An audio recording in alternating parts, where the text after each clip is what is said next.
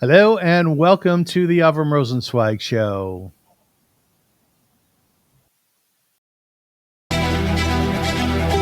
Welcome to one of the internet's best podcasts, where we dive deep into the lives of the extraordinary and fascinating people who leave an indelible mark on our world. Join us as we explore their captivating stories, remarkable achievements, and unique perspectives that shape history and inspire generations.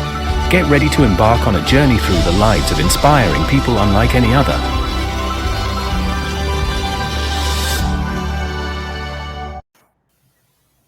Hi and welcome back. My name is Avrum Rosensweig. Thanks for joining me on the Avrum Rosensweig Show.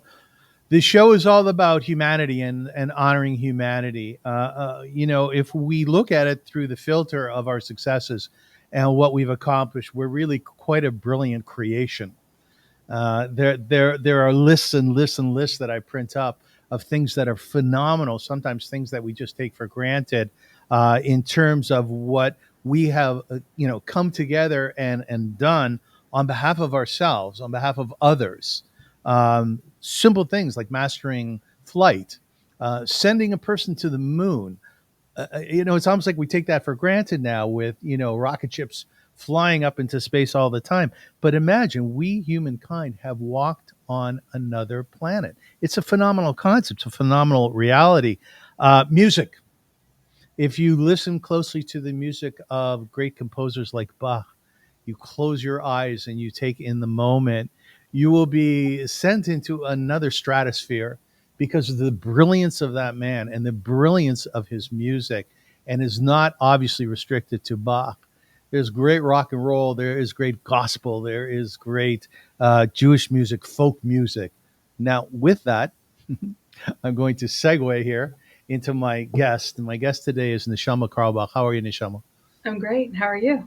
I'm doing really well. Thank you. And I'm so excited that you're here with me. And I want to thank you so much for taking time out of your very busy schedule to do this. It's my pleasure. Yeah, I appreciate it a lot. And Neshama Carlebach she's a singer, a songwriter, a lyricist. She sold over 1 million records. Her genre is not one; it's many. As we mentioned before, it's Hebrew music, it's folk music, it's rock and roll, and it's even gospel. And we will touch on that later. She has performed at the gates of Auschwitz, at Mount Fiji. She's a mother of 5, and that's a really, really big deal. She's the wife of Menachem Creditor, right? Yes. And that's a big deal too. The daughter, you're right, exactly. The daughter of Shlomo Carlebach. And I want you to know that she just returned from the March of the Living, where she sang. We will talk about that. And I said to Ellie Rubenstein, who's a friend of Neshama's and a friend of mine, I said, tell me about Neshama. What can we say about her? Let's hear a few words from you. And here's what he said, Neshama. Do you blush? Probably. Okay, you may. I'll blush too, so you don't get embarrassed. Okay, thank you. It's a very Hasidic thing to do, right? When Neshama sings, she gets lost. Her eyes go to heaven. She was so magical on the trip, i.e., March of the Living trip. She's exceptional. And she does with music what only can be done with music, and that is reaching and touching people in a very particular way. Neshama is 100% committed and sincere. She really believes in everything she's doing. And here's the kicker. What she does on stage is what she does in life. What do you think? Ellie, if you're watching this, I love you. Thank you. I'm humbled. He tells me that when you speak to him, you'll tell him many times during a conversation that you love him. I do. I feel like, my dad told everyone that he loved them. And He told me. Of course. And he did. I mean, it's love is in the air. I'm not like that. I'm not. There are very particular reasons why I love Ellie. And I don't speak to him enough. So when I do, I like to remind him that I care. And that's why I say it. I think what your dad might have meant, and tell me if this resonates with you, there's a concept called agape love. And agape love, it's a Greek identification of love. Essentially what it means is that I love humankind. Mm.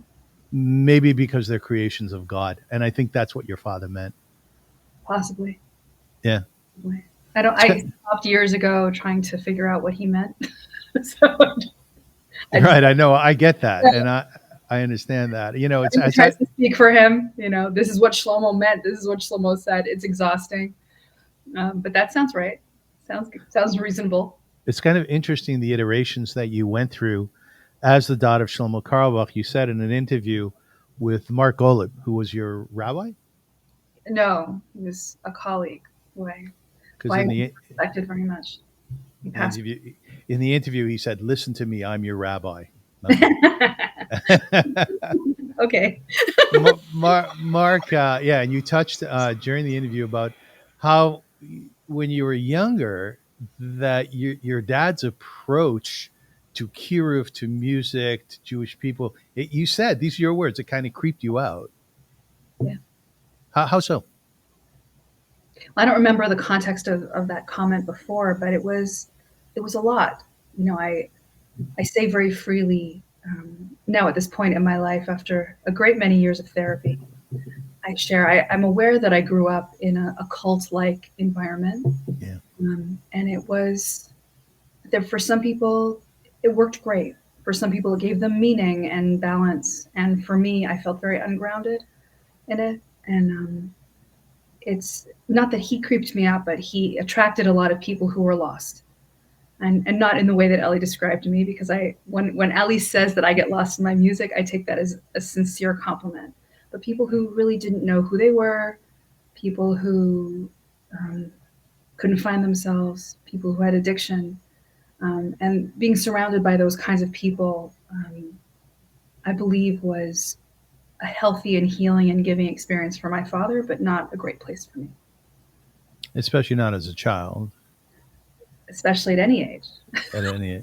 At any age. Well, but I mean, and I think the point is, as you got older, I think you said from the time you were 15 to 20, you really began appreciating your father. You told him at some point, "I'm really angry with you," but by the same token, you would kiss him on the Keppel. I have a picture here of you kissing your dad and clearly showing great love for him. Yes. Yeah. I So, I had great love for my father and still do. yeah, Period. There's no full stop. I love my father, and yes, I have a lot of feelings. I think we all do. The more I age, the more I meet people who struggle with their family of origin. I think it's more common than we think. I don't see eye to eye with this one. I'm estranged from this one. I love them, and they annoy me. I mean, I feel like that's just the truth. I think it used to be when I was younger, and maybe it was just to make things more proper. Like you would never say that about your own family, God forbid. But I think the real truth is that relationships are very, very deep and very complicated. yeah. And all of it is true with my dad. I love him more than I can possibly begin to describe. And um, I think losing my father so suddenly made me appreciate the moments to tell people you love that you love them. Just Yes. like Ellie again. And I was so grateful that I had the sense, the seichel, to tell my father how much I loved and appreciated him before he was gone, because I think that would have been a massive regret for me. And he knew, he felt, and I told him how much I loved him, and that's still the case. And yes, to not approve of some of his choices, to wish things were different, I think that's okay too. You and I share a few things when it comes to child parent. My father was a rabbi, he was an activist. He was very much a rabbi of the people, and he was out there a lot more than he was at home. In an interview, you said, my mother and my sister and I lived in Toronto. This is you, and everything was cool, except when your dad blew into town. And then all of a sudden, there were 6,000 people in the house, right? And I understand that because we had a similar upbringing. And while it was magical, it was absolutely magical. And I often wondered, oh, how come my friends can't relate to their background in the way that I can, with the splendor and these people around us and a huge sense of community? On the other hand, it was also very lonely. Did you have that sense as well? Totally, Yeah. totally. Because it's not real. The accolades are not real. The applause is not real. I've never ever in my life stepped onto a stage wanting or expecting applause, and neither have I allowed the applause that I received to change the way I see myself or the world. It's not about that. That is shallow. The real relationships, real love, real connection is not that. It's just not. And there was a lot of that growing up, and I didn't like it then. I don't love it now. I appreciate when people come to me and they say that they felt my singing, that my music is healing or strengthening for them. That gives me a lot of strength. But when people tell me they love me, I know that's not true. How could you possibly? There's no So way. s- Unless some I'm women, saying stranger, you know. a woman approached you and she said, "Your father's my best friend," and you Oh, said to her, "How many times have you met him?" She said, "Once." Was screwed up. no, right. So on one hand, on the other hand, my dad had a way of really like connecting with people and Yeah. really somehow seeing them. That is a gift to really meet someone and remember them and plug into them and then see them 100 years later and say, when I saw you last, your mother was in the hospital. To remember he had this exceptional memory. And so when people met him and he acknowledged them and they, within 2 seconds, poured out their whole life story, 3 seconds, and felt received and felt comforted, he was the best friend to a lot of people. Yes. Um, I think it's beautiful that people felt that. And I think it's extraordinary that he was able to do that in his life. When he blew into town, and it was Friday night or Shabbat morning, and the doors were closed and nobody was coming into your house, was there a familial sense? Were you a family that way? Um, it's a different kind of family. My husband and I, we have a very deep Shabbat experience. And it's nothing like I knew before. Um, it's just quiet and it's real. And there's games that are played and there's conversations that are had. And it wasn't really like that in my home. Um, my dad would sleep a lot and he needed it. Shabbos was for sleeping. And Mm-hmm. then, it was never like the doors were closed. There were always people there. So when you kind of think, oh yeah, the doors were closed on Shabbat, it's not really true. It was only 600 of our closest friends, as Yes. opposed to 3,000 of the closest friends. And it was not a lot of quiet. And my father was exhausted physically and emotionally, and I always had a great sense of anxiety. Wanting him to rest more, wanting him to care for himself more, wanting him to eat properly, wanting him. I had all my wishes for him. And you can't control anybody. You can only control, as your reactions to what their truth is. And so, no, we didn't have that. It was not that. But I have to say, my father and I were very close.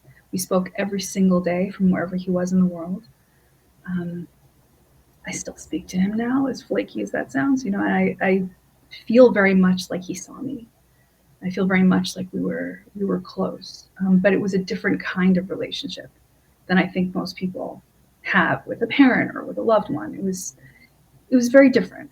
I appreciate it. I do, but it was different. Do you I don't know if speak that a answers lot? the question at all. No, no. It answers many questions actually. Do you speak? Well, Do you speak aloud to your father when you speak to him nowadays? no, no, Just in because your that's head? In your head? crazy. Yeah. Yeah. And actually, when I say speak to him, I just have one thought that kind of encapsulates 12 chapters of content, and I say like Gewalt, and I know he knows. Does your belief system say that your father's neshama is watching over you? It's a very good question. I don't know. I don't know. I think when I was religious, very observant, my whole life until a few years ago. And I think in that space of acceptance of everything that everyone told me about Mashiach, and you Yeah. know, I think I did. And now I wonder sometimes if that's something that's just psychologically comforting for us. Like the ones we love are not here anymore, but they're here. They're watching us. I don't know what I believe. I'll tell you what I believe, that life is meant to be lived, and the people we love are our gifts, and time is a gift. And that's kind of it.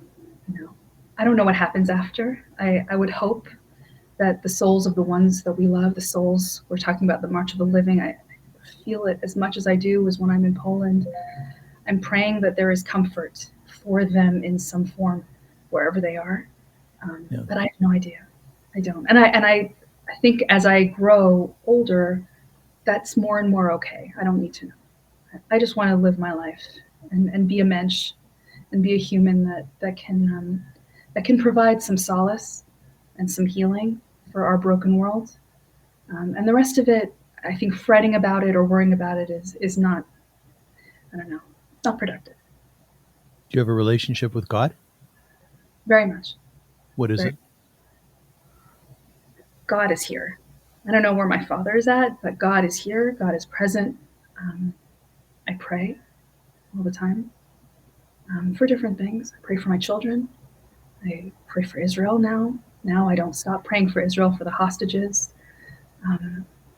for the healing of our world, for God to allow people to wake up and stop hating. I don't know if it helps, but it comforts me to be in constant conversation with God. My dad is not God. My dad is my dad, but God is present. Are your prayers in your head or are in the book or both? Not in the book. I rarely do book stuff anymore. In my head, in my heart, am I singing? When I sing, I'm praying. Every word of it, every note of it is a prayer. So that's, I think, most of it when that comes out. You started out as Orthodox. You went to an Orthodox school here, which you've talked extensively about. I could do a whole show on that. I had similar experience. One of the things you said, just to qualify it, I think you didn't want to use Cisco oil, and the teacher said you'll never get married or something. Some bullshit like that. Right? I know that kind of positioned it well, Oh, it was terrible. I couldn't make, we had a lot of home ec in that yeshiva, Yeah, you couldn't sew, right? No, I could not sew.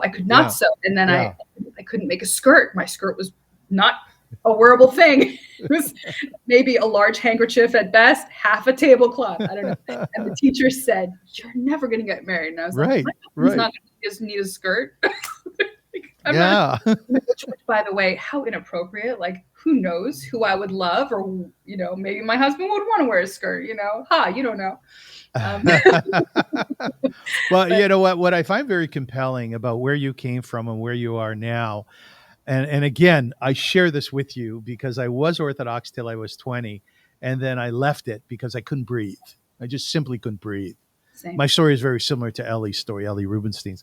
But you said that you miss going to shul, which is a similar experience that I have, a similar feeling I have. Are you kind of closet Orthodox? I don't think I'm closet Orthodox, but I think I'm used to a certain kind of prayer service. And I think you know what I mean. There's a certain, it's like you say every word in the whole book, and that's exhausting, but you expect it. So when when I go to a shul where they have, they call it the menu, and they do one l'chadodi and then the end, and then they jump to Aleinu, and then they're, I don't mean to talk inside baseball for those of you who don't know the prayers names, but it's like, it's cool because it's shorter, and I think I appreciate it on a lot of levels, but I'm also like, where's right 1 and 9, where's 3 and 6 and 7 and 8? Good analogy. It's a funny thing, and it's okay too. I used to fret. I think I fretted much more in my life earlier on, like, where am I going to find this, and how am I going to this, and how can I reconcile? And I really, really believe that the more we breathe, the more clarity comes upon our hearts. And you can't have everything in this life, and you make choices, and those choices mean some things stay and some things don't. And why can't that be okay too? I think it is okay. It's all okay. There's a great saying. You what? I interrupted. Go ahead. No, my phone just went off, so I was like trying to be sneaky. Like, are you calling me or what? No, I'm not. There's a great saying that God is the breath within every breath. It's a beautiful saying, and I think there's something to that. And I think that while the Orthodox community is moving that way, i.e., bit more alternative, if you will, it's not stuff we grew up on. Had you told your Rebbe, your teacher, people in your Orthodox world, especially ultra Orthodox, I'm doing breathing exercise, they would say, it's mishagas, don't waste your time. I had a friend growing up who got expelled from his yeshiva for jogging because they Nice. called it idol worship.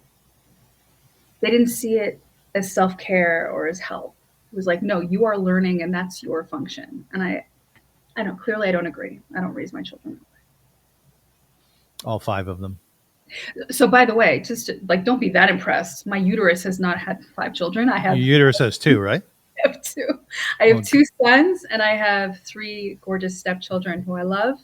But don't be that impressed. Well, what sort of mom are you, Neshama? What does that mean? Right.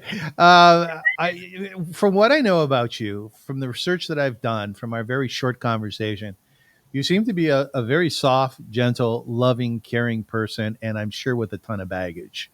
I raised my son, who's 18 years old now, thank God. I just listened to him a hell of a lot. And when he did things that were so beautiful, I would say, sweetheart, do you have any idea about how your thought process is working? It's beautiful. And I would point things out to him. And when he did things which weren't so nice, I never, ever punished my son. So that's kind of what I'm getting at. Were you the same parent as your mom is, Neela, or did you diverge from that? How do you raise your kids? I let my children tell me what they need, and I respect them. And my 2 sons just were with us in Poland. They're both musicians. They are exquisite. They are the best of my family and anyone that's ever come before. They're wise and they're kind and they work hard. And just like you, when there's something beautiful that comes, my mind is blown and I share. I am their greatest fan. And I feel very lucky that I've been blessed with this little period of time to be near them. I don't see myself as a parent. Like when I think they're doing something wrong, which is rare, I share why. But no, there's no yelling, there's no punishing, we are super close. And my prayer is only that that I gave them what they needed and that they keep me around, I want to be in that they like you, right? I want them to like me. I feel like it's their home and they let me stay. That's how I feel about my children. Do you learn Torah at all? Not enough I used to learn, like I would have my times and I would daven and I would like pray 3 times a day and, I had my thing. But now I live with Menachem, who is constantly teaching. Yes. And because of the pandemic, as I guess that's a whole other conversation, everything happened at home. So whereas before he may have been out more in the world, now he teaches from here. So I have the privilege of learning Torah from my husband all day. And I soak it in and we talk about it. And one of my favorite little things with my husband is Shabbat morning because everyone's sleeping in. And we sit at the table and he loves hard-boiled eggs. That's his thing. And and actually, if you saw my kitchen, they're on the stove at this moment. And we talk about things. And it's literally one of my most favorite times of the week, that we just talk and it's quiet and all our big kids are sleeping as they should be on Shabbat. And we talk and everything is Torah. There's nothing that I see in the world that does not move me, that doesn't inspire me. It's all God. It's all good. It's all Torah. It all comes back. It all connects. So in that sense, I'm learning Torah constantly, all the time. My children are Torah. Are you kidding me? Carpool is Torah. Like what else? What holy ground is there? That could be the name of your book, by the way. Yeah. Thank you. Does your husband put salt on his hard-boiled eggs? He does. Hot sauce too. He puts hot sauce. What kind? Yes. It's called the Rebbe's something. Oh my God, I have to show you. Can I show you? Show it to me. I have to. We're talking to Neshama Carlebach, folks, and she's about to show us hot sauce that her husband puts on his hard-boiled eggs. I'm sure this is a unique moment in podcast history. Where did you buy that? I don't know. Look at it. The Rebbe's Choice hot sauce. Is it hot? I know they should pay me now that I've given them a free credit. Yeah. We'll consider this an advertisement. Exactly. Right. Let me ask you a question. When you're sitting with him on Saturday morning, he's having hard-boiled, like how many would he have? 2. And what are you doing at that time? Are you having coffee? Are you eating rugula? Coffee. No. No rugula? Actually, if you want to know the truth, I do intermittent fasting. So I eat breakfast later. So tea, I don't do as much coffee. I've been trying to, I said to someone on the trip in Poland, I'm trying to go off coffee. They're like, why?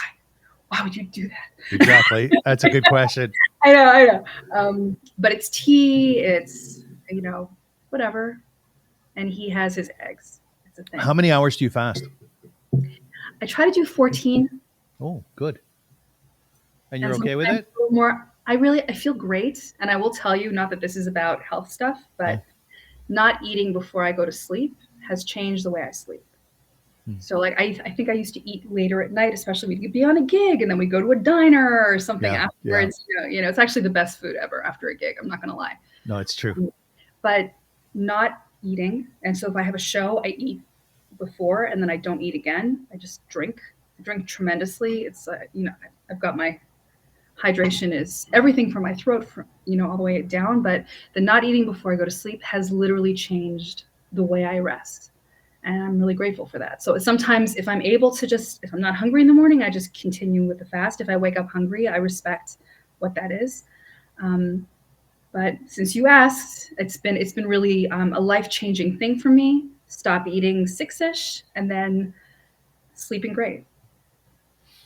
And when you're on stage, I've often wondered about hockey players, as an example, who are sitting on the bench. And I've interviewed a few of them, and let's say they have to go to the bathroom, right? What do they do? And they say, basically, most of them say, well, we don't think about such, earthly needs because we're so ensconced in the spirit of the moment. When you're on stage, are you always in the zone? Are you always present there? Are there gigs where you just sort of you're not there because of stuff going on in your life? What are you like on stage? I try very hard to get out of my own way. That is a goal of mine. I sing better that way. And when I'm not thinking about myself, I can pray more easily. And again, this is my singing is not like regular entertainer. I don't want to ever judge what anyone else's intentions are, but my singing is prayer, period. And when I'm not thinking about me, I do better. I connect better. I connect to a different place. When I'm thinking about myself, I'm not as prayerful. So I work very hard to get there. But of course, I'm a human, and not every day is perfect. Not every gig is perfect, and we have to just try our best. But there are always at least a few moments in a gig, in an event, in a Shabbat, where I feel uplifted and transformed by the audience, by the people who are singing with us, by my children who are now on the stage. It is a tremendous honor to do the work that I do. And I appreciate that more than I ever feel my own stuff. If that makes sense. What are you like when the singing finishes? Where are you? Are my kids okay? If they're is that what you think? Yeah. Like, how did they feel? I don't want to say that. It depends. But most of the time, if I'm at an event and I'm not with my children, I'm calling them. And if they're on the stage with me, I ask them how they're doing. Sometimes I'm crying. Sometimes I need to take a moment and come back. And every day is different, isn't it? And every day is the same. So who am I kidding? Do you ever sob on stage? Oh, yeah. Have you sobbed? Oh, yeah. I just sobbed the other day. I don't know if you saw footage from our Havdalah in Warsaw with survivors singing with us. And one of these gorgeous human beings from Toronto came up and was singing beside me. I cried for hours. That was unbelievable. How deep are your sobs? No, you wouldn't know. I do it during a solo. I try to, because no one's paying to hear me choke. Right. I gotta make it pretty. Let's be honest. So what would be what would be I'm an anxious person, although I cover it up extremely well. There are times where I'll take Xanax, in order to get through a gig, be it interviewing, or I've done a lot of public speaking, and I ran a humanitarian organization.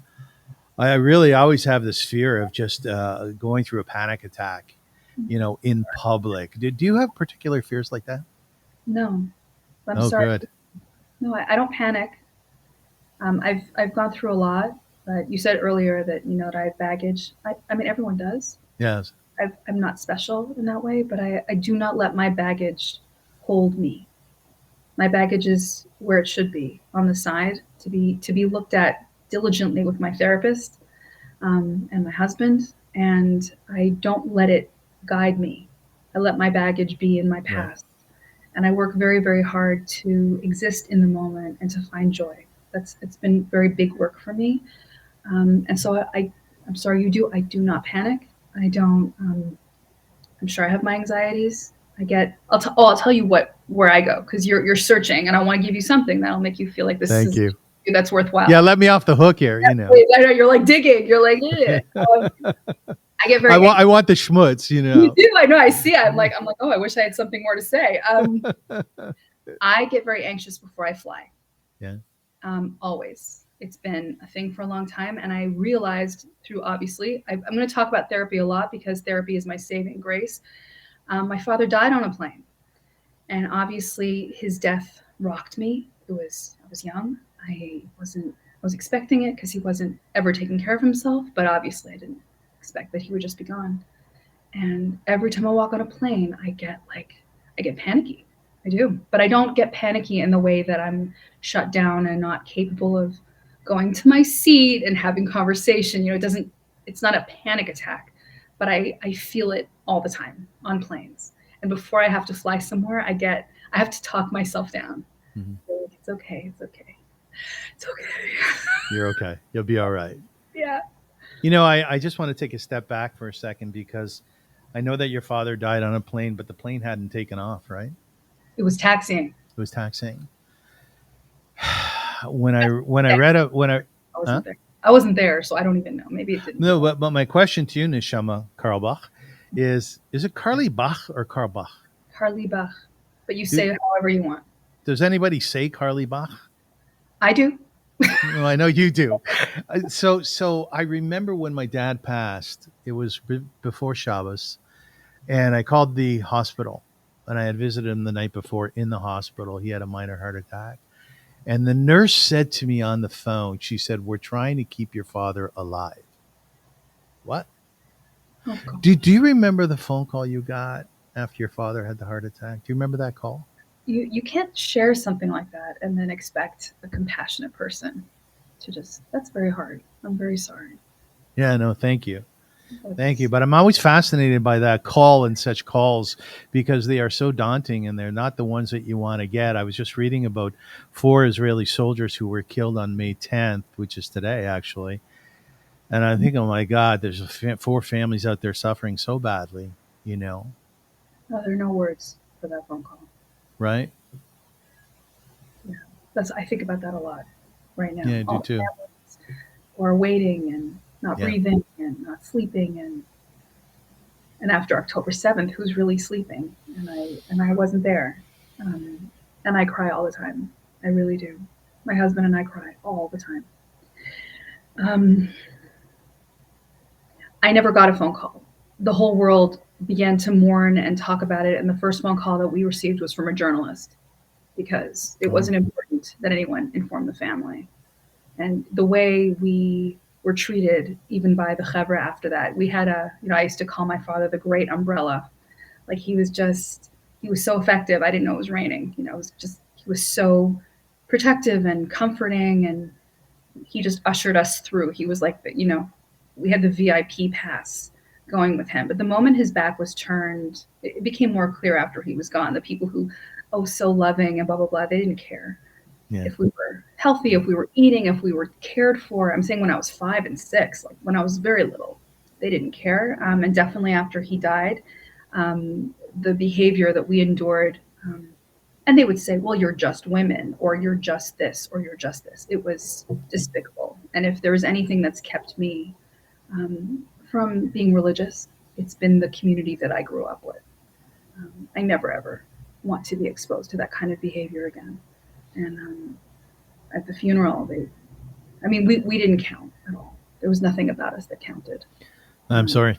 I'm really sorry. It's a part of the story, and it's gonna just be what it is. It So is what it is. it's made me stronger. That wasn't the true loss. The true loss was of my father himself. The rest of it was incidental. It was collateral damage, and I'm so glad that I am no longer connected to those people. What's your mom like? My mom is awesome. My Is mom she? is back in Toronto at this moment. She moved back, and she's intelligent. She's smart. She's funny. I'm very blessed to be close to my mom. She actually just last night she sent me. You live in Toronto, right? Yes. So she sent me these stunning sunset pictures. Did you have a gorgeous sunset last night? I didn't see it. You didn't see it? Dude, you got to look at the I sunset. apologize. Thing. I feel awful now. You got to go outside and look at the sunset. And I will do sometimes that. I happen to be awake. So that's a big thing with us. We're always looking at the sun. So she sent me this gorgeous. You know what? I'm going to find it. I'm going to find it because you like the schmutz. Not that that's I like the nice stuff too. good. Was your mom a good mom? Is she a good mom? She is. Look at that. Yeah, I know, it's gorgeous. She sent that to me just last night. It's beautiful. Right? Stunning. It makes you pause. It makes Very everything much. better. I'm an artist, so those things mean a lot to me. Well, how did your mom raise you?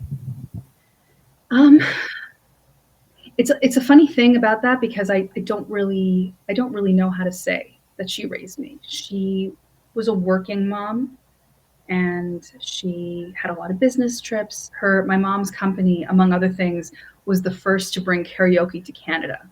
Oh, So my mom had all these big trade shows, which as an artist, I loved. It's like I would meet all these cool singers and all these like actors that would do the presentations. And yeah. it was called the Singing Machine. That was my Uncle Earl.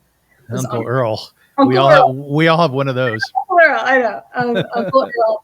Uncle Earl was a producer, and he met people. I'm going to butcher the story, but something like he met people on a cruise who were from Japan who were like, "Yeah, we have this karaoke," and he was like, "Cool, let's see how Canada likes it." And then he brought it in, and my mom was like in one of the, in charge of the operation.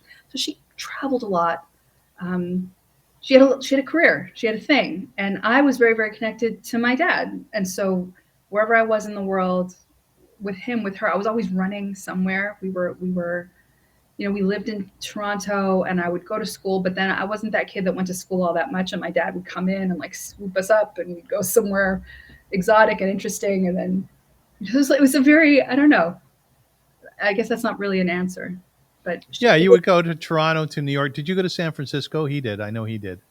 So San Francisco, the era of San Francisco was done before I was born. So he spent a lot of time there, but not after I was born. Did you go to his moshav in Israel? Yes. How was that? How was that? It was beautiful because my most favorite people in the world, my friends, lived there, and they were the ones that I loved most. Still, some of them, the ones that I love most.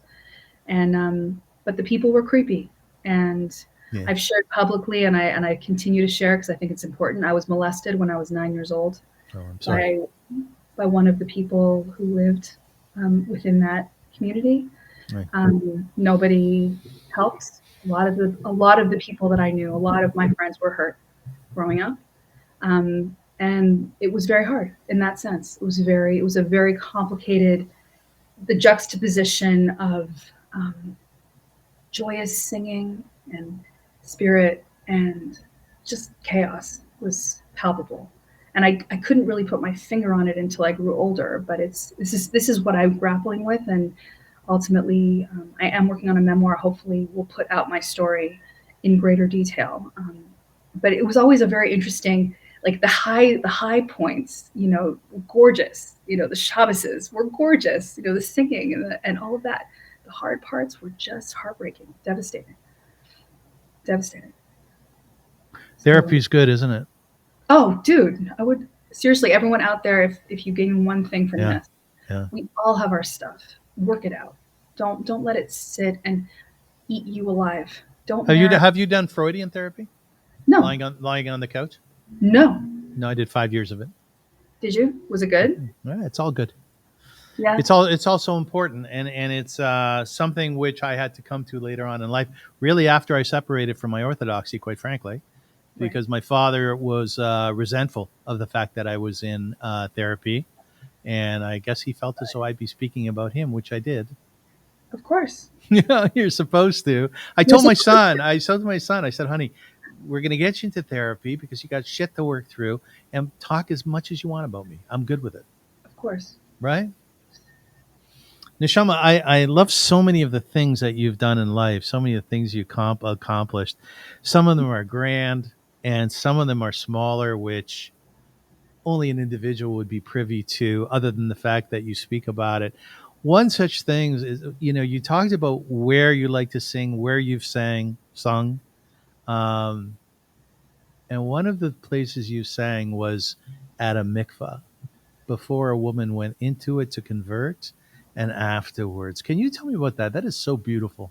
It's so funny. You've done a lot of research, my friend. I'm very Yeah, impressed. thanks. So I was there on Zoom. I wasn't there in person, and I said, whoever I was speaking to at the time, I said it was so life changing for me because I wouldn't have been able to get there in person, and most probably they wouldn't think to have me show up in a mikvah, and be there. That probably wouldn't have been an option, but because it was in Zoom land, so much more was possible Yeah. for me. And it was one of the holiest, most beautiful experiences I've ever had. And by the Uh, way, I've had moments in my life where I've been able to be at conversions. I accompanied my father on several, um, and it's very, very special. But there was something about being on Zoom. I think it's because I wasn't actually in the room, yes. that it was more real. Maybe they weren't trying to impress me. They weren't trying to include me. I was just there, and it was breathtaking. It really was. It was, and I more breathtaking for me than when I, look out and I see thousands and thousands of people. That's beautiful. That's a different experience. But the connection of one-on-one, when I'm able to do, I just did a wedding yeah. for a couple who are in their late 50s, second marriage. I think one of them was a third marriage, and I was at their chuppah. There was 50 people just last week, and I was right before Poland, and I just moved to tears. That these two people have had their lives, and then they had the courage to love again. They had the courage to try again. That they had the courage to call their family together. And I'm going to cry, and like their children were there. And what's more beautiful than that? Really, nothing. Nothing's more beautiful than that. No. And my music can be there. Oh my God, means I've done something right. Ellie started up a conversion school institute together with our friend Yossi Saperman, and it's non-denominational, so it's very unique. You can go there and convert to through Orthodoxy, Reform, Conservative, whatever your druthers. And I teach some classes there. And at the beginning of my classes, I just did a class on Shabbat. I expressed to the participants, to those who are either converting or a partner is Jewish, I said, I wish I could convert.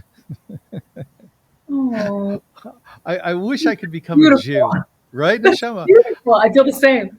I'd Do you convert. feel the same? Okay, Yeah, tell me why do. you feel. Why do you feel the same? No, you continue. I've interrupted your moment. I'll I'll tell you. wax on for a moment. I know. The idea that you're choosing Judaism, which to me is such a beautiful, beautiful entity, religion, movement, people, family, despite the fact that you're familiar with how we are so fucking hated, right?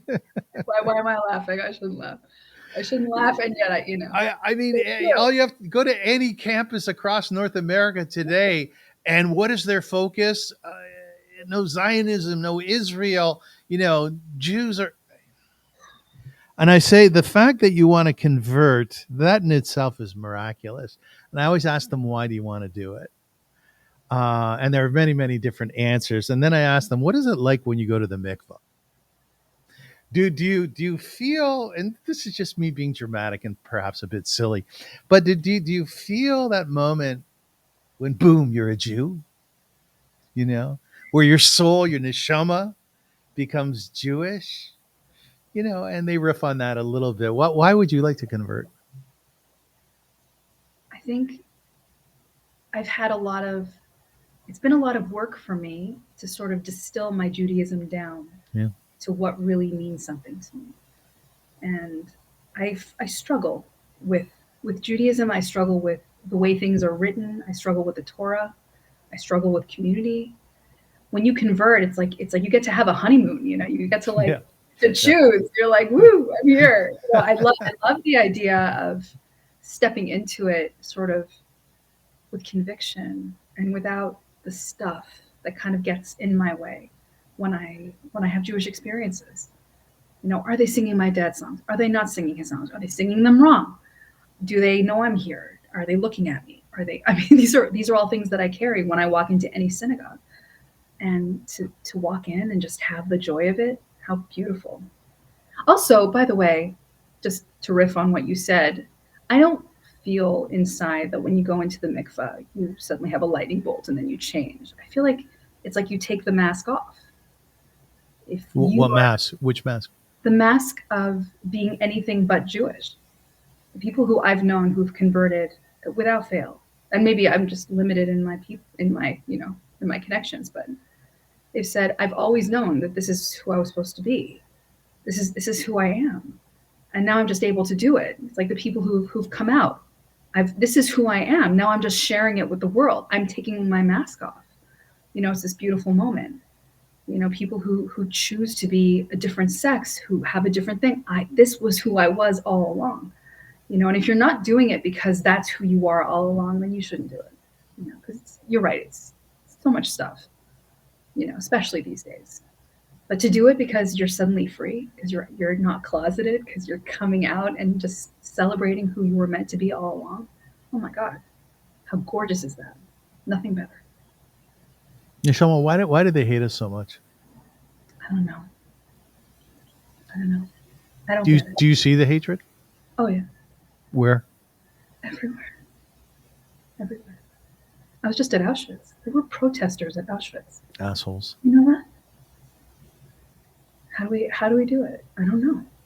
I'm at a loss. And I used to think that we could just explain to them, like, well, I'm actually really cool, so you wouldn't hate me if you knew me. I don't think that's true. I have people who are not Jewish who have literally turned their backs. Literally. It's like, wow, you were at my house. you were at my wedding. Did you hate me all along? It's very weird. I don't get it. I think people are just, I want to believe the best in people, that people are looking for meaning and looking for reasons and looking for something positive or uplifting in their own lives. And how do you get better by hating? How does that serve you? It feels like you're just locking yourself up in a black box of sadness. Why would I hate the people who I've been angry with in my life? I work very hard to release myself from that, not them, but to release me, because I don't want to be in that space. And yet these people are choosing to take their time and actively hate and scream about it. How is that meaningful for you? It's not even like it's happened to you. It's like it's even your family. So you're just, I don't know. I'm just talking, but I don't get it at all. What do you think? I don't know. I'm on the same page as you.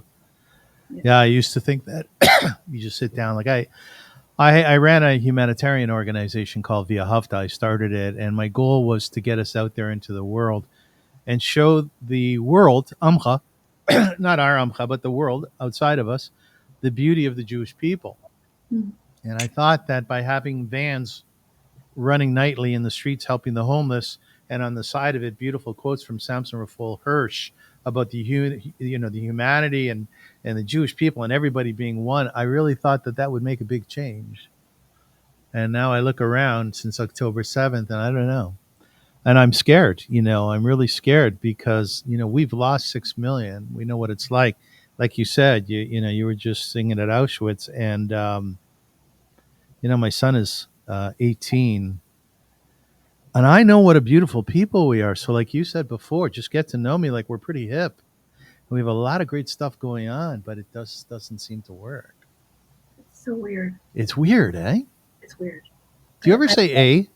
No, I worked so hard not to say A. You're A? turning on your fellow Canadians. No, never. I just don't want to talk like one. Let me ask you a question. Let's diverge for a sec, okay? Um, oh yeah. In sync with what we were just talking about, we do have a lot of enemies. There's no question about it. People don't like us. You did gospel music, which I think is wonderful. I love gospel music. I loved Bob Dylan's gospel. You got to serve somebody, you know. Have you ever met Dylan? No, Would you like to? sure. Yeah, that'd be cool. I would. Uh, so you sang with Christians, hardcore Christians. Are they our friends? I thought so. Oh, you thought so. Damn. I don't know. I don't know. No, okay. I want to believe. I want to believe that they That are. we have friends, right? I want to believe it, and my breath has been taken out of me by what people have been posting on social media. Unbelievable. Well, It's mind blowing. It's mind blowing to me. it's vile. I want to believe, but I don't want to be stupid or naive. I don't want to say, yes, we have friends. I don't know. And I mean, even more than that, some of my Jewish friends who are pro-Palestinian and angry, that's also incredibly shocking to me. It's like if you're a person who's been educated and you actually read and you're not just going along with this, the rumor or what everyone else thinks is going on. How could you say that? How could you say October 7th didn't happen? How could you deny the Holocaust? How could you deny? There's film. Yeah, but you just what? No, we didn't. No. So it's a big question. I guess I just went back to where we were. I hope we have friends. I hope we have friends, everywhere from within our community and from on the outside. And I will try very hard to sing my best and to love my best and try to just give back whatever I can to be a part of the healing. And I'm desperately sad because it's just, well, it's crazy. I keep saying crazy because there's no word. There's no word for it. I want to give you a big hug. Me too. When you're singing publicly, thank you. Will you say, and I'm singing here for the suffering of the hostages, and I'm singing here for the suffering of the parents who lost their children, and I'm singing here for the death of so many Palestinian children? Would you say that? I haven't yet, but I would. I mean it. I've said it. So I should backtrack that. After October 7th, we've been blessed to do a lot of fundraisers, and my children and I went on the road and we created a video. I don't know if you saw it. A new Am Yisrael Chai. Oh, I read about it though in your blog. It was outstanding. Thank you. Yeah, beautiful. So we were blessed. We've raised nearly $1 million, all of us, in these concerts, and they were very, very specifically, pointedly for Israel. So in that context, we have a song for the hostages. We have a song for the families. We have a song of comfort. We have songs of gratitude, because living in gratitude is the way we make it, finding something to be grateful for. But no, I have not publicly said that I cry for all the deaths. But I've said it in interviews. And now that I'm saying that to you out loud, I think I should change that, because it's true. No deaths are okay. No children suffering is okay. But I will not take it upon myself to say that we are, creating genocide. That's not what I believe. That's not true. I just pray for the end of terrorism, because the Hamas entity is an enemy to all of us. We are not the enemies to Palestinians. Hamas is. Hamas is our enemy and their enemy, and that has to end. And I really pray that people see that, because if their energy was going toward ending terrorism, that's 9/11. That's a lot of things that have to end. I'm just babbling right now because this is where I'm at. If you talk to me about my baggage, this is what lays on me more than my. Your answers are very cogent, by the way. They are. Thank you. Yeah, they are. They're very cogent. Can you do an a cappella piece of the song you wrote about the hostages? Just a few lines. Oh, it's not my song. It's my dad's. Can I hear it? Sure. It's You just want me to cry. You're just looking for some kind of. No, we're past the schmutz part of the Oh, interview. we're sorry. I didn't We're realize. past the sobbing and the crying. I divided into thirds, you see. Oh, it's no. No one told me, but We're to the happy part now. Yeah. oh yay! Let's do the hostages then. That's a great call. So the song that we've been singing for the hostages is Ufduye, and God will release the captives, and they will return to Sion Barina. They will come back to Zion with joy. Amen. And when I sing it, it's like it's powerful, but the groove is very steady and more like. And I invite everyone to stand, because you have to stand in body or spirit. You have to stand and scream that the people who are in pain should be released. Yes. And I'm going to say this now, that I will say also, for the people in pain in Palestine, everyone should be released. There's not just for us. It's for everybody. We can't be okay unless everyone's okay. So this is how it goes.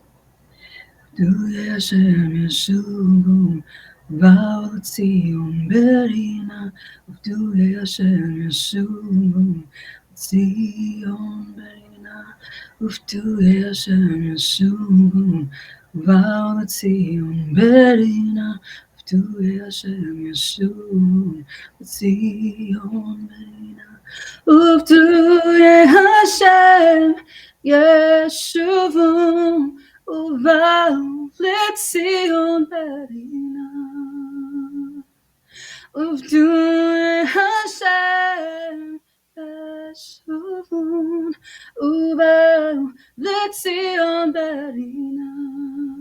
No words. Na na na na na na na na na na.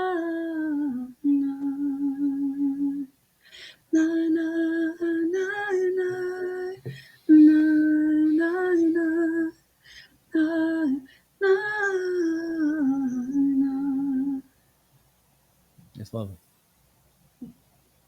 Is na na na a lyric? Yes. Na na na is they call it the nigun. It's the song without words, which envelops the innermost longing of our hearts. And it's my favorite part of every song. We have the part with words, and then the part that's beyond words, because words get in our way. And that's the place where the melody speaks, where our longings can be expressed, where we connect to a different place that's more visceral and not as intellectual. Would you sing a Mozart song? Do you sing Hasidic songs like that? I do. I sing. Whatever I sing, there's always a part without words. And literally, it's my favorite thing. Get out of the way. Because words get in our way. Everything gets in our way, but yes, we don't ever, I say ever, it's very rare that we can express our truest truth through language, because words they betray us, and they're not enough. How do you say you love your new baby? How do you even say that? Love is not enough. It's not enough. I think that's what Ellie meant, by the way, when he said that you do with music what you can only do with music. I had a guest on 2 podcasts ago, Aaron Lightstone. He's a musical therapist, and he talked about how music is prevalent throughout the brain. Mm. So that you have to call upon all of your senses and so many aspects of your brain when you're listening to music or when you're singing. And it's phenomenal, Neshama, that when he does music therapy, he will go into an individual's room who had brain injury, who can't express nouns anymore, guitar, table. And he'll write a one-line song. I love to play my guitar. I enjoy it so much. He'll play it to the fellow. The fellow will hear it again, hear it again. And then he will say to him, what is this that I'm playing? He'll say, a guitar. That's music. It's gorgeous. In light of October 7th, which we've talked about so much, I have a very dear friend, Nir Mammon, who lives in Toronto. He's a father of 5. He's 47 years old. And his life is all about securing the Jewish people and helping people in terms of learning Krav Maga and so on. Well, Nir just went back to Israel, and he's probably in Rafah as we speak. This is his second time since October 7th He that went to he's fight. gone. Neshama, he's a father of 5. His little guy's 4 years old. He's yummy. He's, you just want to squeeze him and hug him. Anyways, Nir is one of those guys who's all in. So not only is he a warrior and fighting on behalf of we Jewish people everywhere, and I could even argue the entire world, because when there's hatred towards the Jews, like my mother used to say, God bless her soul, there's hatred towards everybody, Everyone. right? Yep. But It's Nir is also raising money for equipment for his fellow warriors. Because I don't know if you know this, but reservists don't always have the best equipment. Oh, I know. That's at the beginning of my fundraising. That's where the money was going to make sure. Good for you. Do you know what you're buying? Do you know what you're paying for? I'm not doing the buying. I was allocating to different. It's usually through federation, Okay. where they're the ones that have their hand on the pulse. That's not my expertise. I would never pretend to know who to buy anything from. I just know that there are incredible needs, and Yeah. wherever you are out there, just continue to give back, because there are orphans without homes. There are people who've been displaced, people in pain, soldiers who need help, people who are hungry. It's an unbelievable thing that it's limitless. We have a lot to give. So I just posted a PayPal link at the bottom of the screen, and this is a fundraiser that Nir Mammon has started up in order to help those who are in need, in order to raise money for more equipment. Jot it down. I know there's a lot of symbols in there, which is always confusing for me. But once this is posted, you'll be able to see it more so.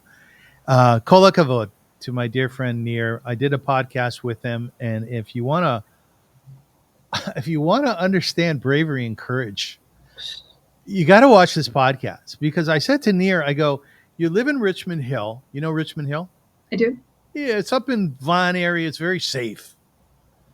And you decide, as a father of 5, I am going to go into probably one of the most dangerous places in the world to fight on behalf of the Jewish people. And he said to me, Nir did, I can't but do this.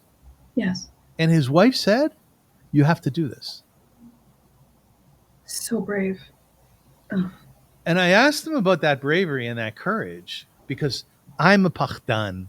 I had a girlfriend who once told me I'm a scaredy cat. And she's right, I am. But here's a man who stood up, and he went back to Israel. He went into wherever he is now, Rafa. He was in Gaza somewhere. He was in Hebron. And he is fighting. And he's looking down the enemy's barrels, and he's looking in their eyes. And he's doing what needs to be done. So donate, donate, donate. But Neshama, I really enjoyed this a lot. Thank you. You're lovely. You're really lovely. Thanks. I appreciate your time. And I appreciated being a part of your inspiring guests. When I saw that on your clip, I was like, oh, that's great. And I appreciate it as well. If you could wrap things up here. And the idea of my podcast really is to encourage all peoples to play a role in Tikkun Olam, repairing the world, to enhance themselves, to look for that thing inside of them, that gift, that zone, like I like to call it. Because everybody says, once you find that gift from within, your life is enhanced. Let's hear a message from you to close things off about that. It's a funny thing to say in light of the pain in the world, but I really believe this. Loving yourself gives you the chance to love others. Taking care of you, understanding who you are, accessing your lane, living within your own integrity allows you to then be present with and for other people who are similar to you, people who are from different backgrounds. It allows you to have compassion. It gives you space until you've done your own work, until a human being has allowed themselves to walk through the fire of their own pain and really just live it. There's no space for anyone else. And from that place, you're resentful. From that place, you can't listen. From that place, you can't really be a friend. Yes. From that place, God forbid, you hate. Without knowing, you just hate. You just hate because it's just spilling out. When I hear about all these people who are so filled with hatred, I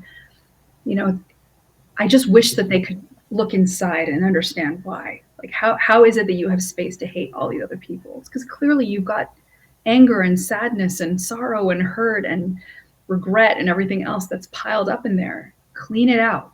Get rid of it. Get rid of the chametz. Clean out that which is holding you back and filling you with too much of yourself. And then from that place, together we can meet. We can find a way to heal all these other broken places. But I really, really believe, it starts from inside, from within us. And my prayer always is that we find a way to access our own inner strength. No, you're not going to die if you look at yourself in the mirror. And from that place, just show up for yourself, for your loved ones, and show up for the world. From that place, that would be, how beautiful would that be? How amazing would that be? That's my prayer every day. We want it so badly, don't we? Yeah. Yeah, we want it so Our badly. children deserve it. Our children deserve that world. So here's the deal. Here's the deal, okay? I'm going to read this piece. It's about 2 paragraphs, 3 lines, 4 lines. And then if you agree, could you take us out of the show singing Yisrael Chai? Sure. You don't mind? I don't mind. Okay, thank you. Remember, in celebrating our shared humanity, may kindness, understanding, and the development of our character guide our path forward. Until next time, embrace the beauty of our collective journey with eyes wide open to the magnificence we've created and the knowledge that there is so much more to come. Am Yisrael Chai. Am Yisrael Chai. Am Yisrael Chai. We're alive.